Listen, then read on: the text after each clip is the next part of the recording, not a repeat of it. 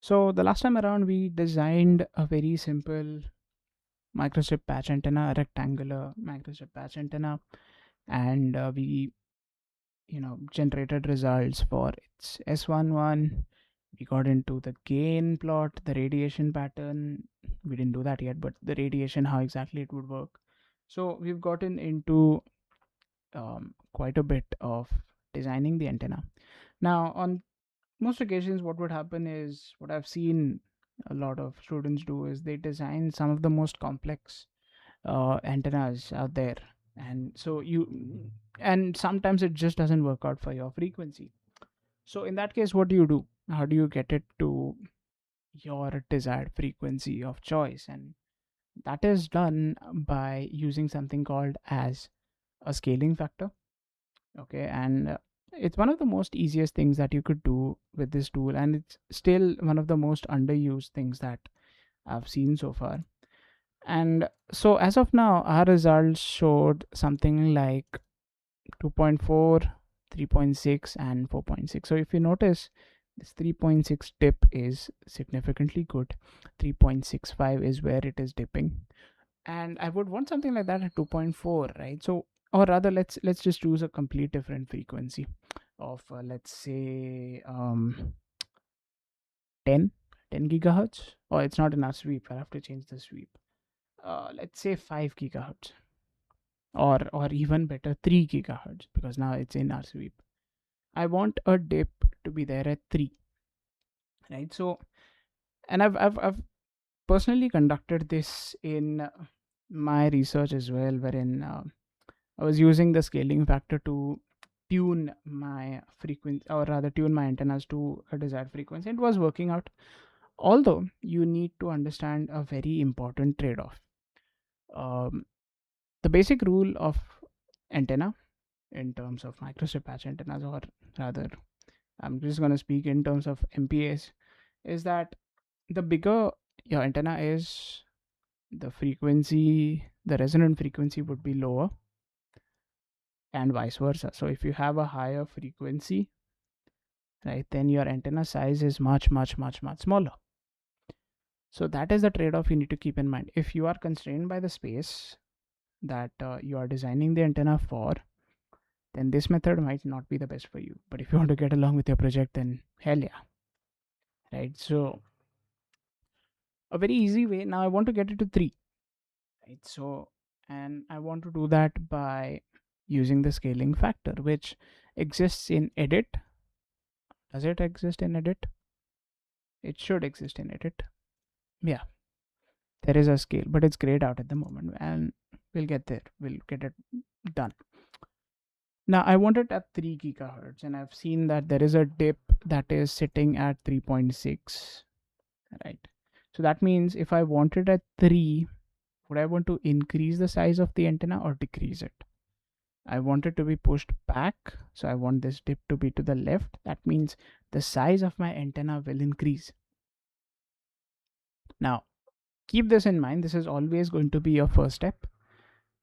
So now that I know that my antenna is going to be sitting a little bit bigger than what it is at the moment, so now you take the frequency that you just got, so 3.65 right here, and where you want it to be at.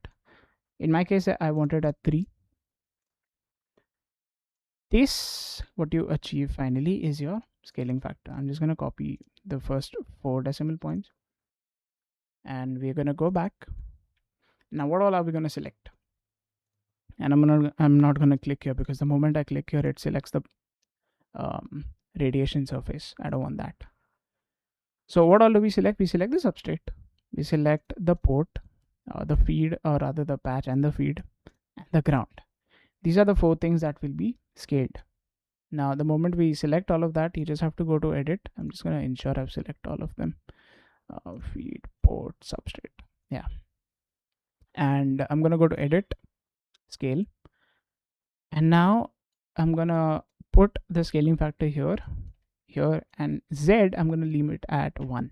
I don't want any changes in the thickness of the substrate, or rather the substrate height.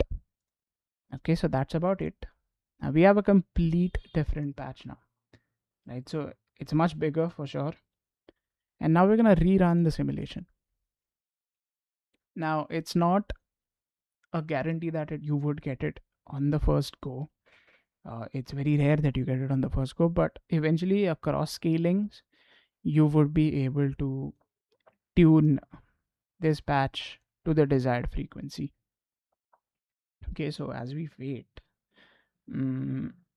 I would also show you something that I mentioned last time with regards to analysis.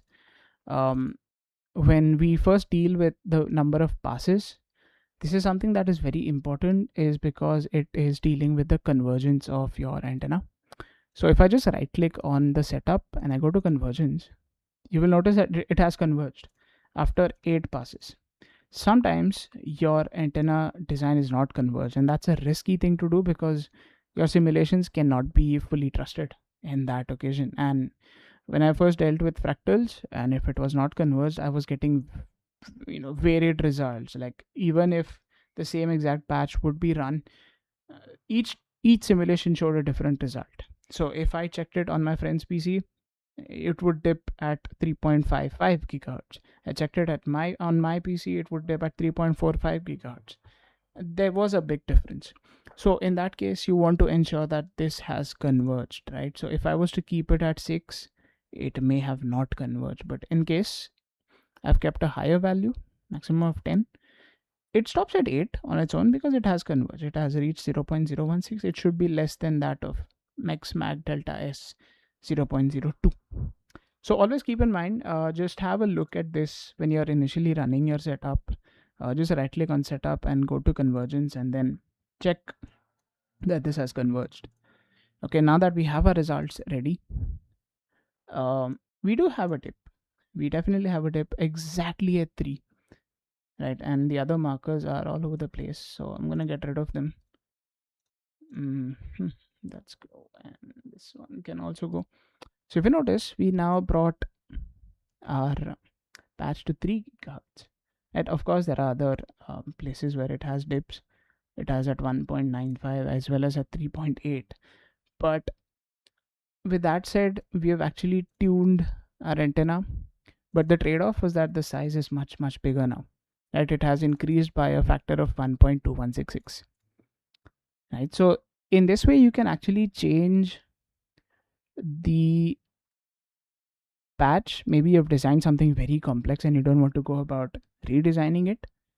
Try using the scaling factor and see if it works out for you.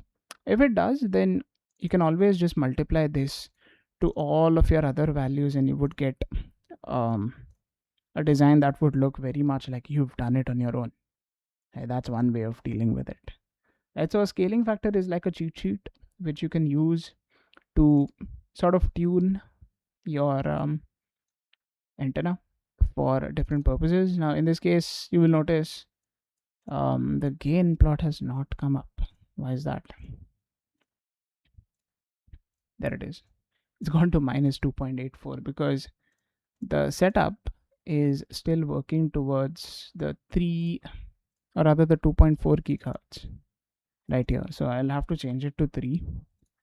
So that's going to take away my gain.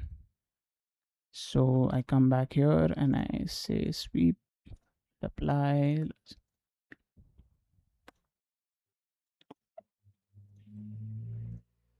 And it doesn't want to generate something for me. That's sad. But that's okay. Like, sometimes things like this happen. So you just have to rerun this particular simulation and things would be good. So I'll do that real quick. Let's go to results. Let's clean up the solutions that we already have and analyze all. So this forces the tool to sort of go ahead with the simulations again. And it will have to go through the S11 as well again. I'll have to go through the gain plot as well again. So whatever other results that you may have here. Okay, so if you are dealing with what else could you generate? Let's say VSWR. So that also would be generated again, right? So gain plot is here. It's almost like a heart, right? You have a 2.9 gain and VSWR is still in progress. There it is. So you see there's a good dip at although 3.19 as VSWR is poor, you would want it as close as possible to 1. But the intention was to scale the antenna such that we are able to cater to 3 gigahertz. So understand the trade-off. The size will always increase, and if space is something that you don't want to get into, then this method is not for you. I think you will have to proceed towards a different method. I've used this, and there was definitely, during research, you're still getting into things. So I think scaling factor helped me a lot to fine tune my antenna designs. Right. So with that said, in the next one, we will be getting into the different results that you can actually get out of this tool in terms of radiation pattern, in terms of all the other things that you would need for your project. Right. So with that said, see you in the next one.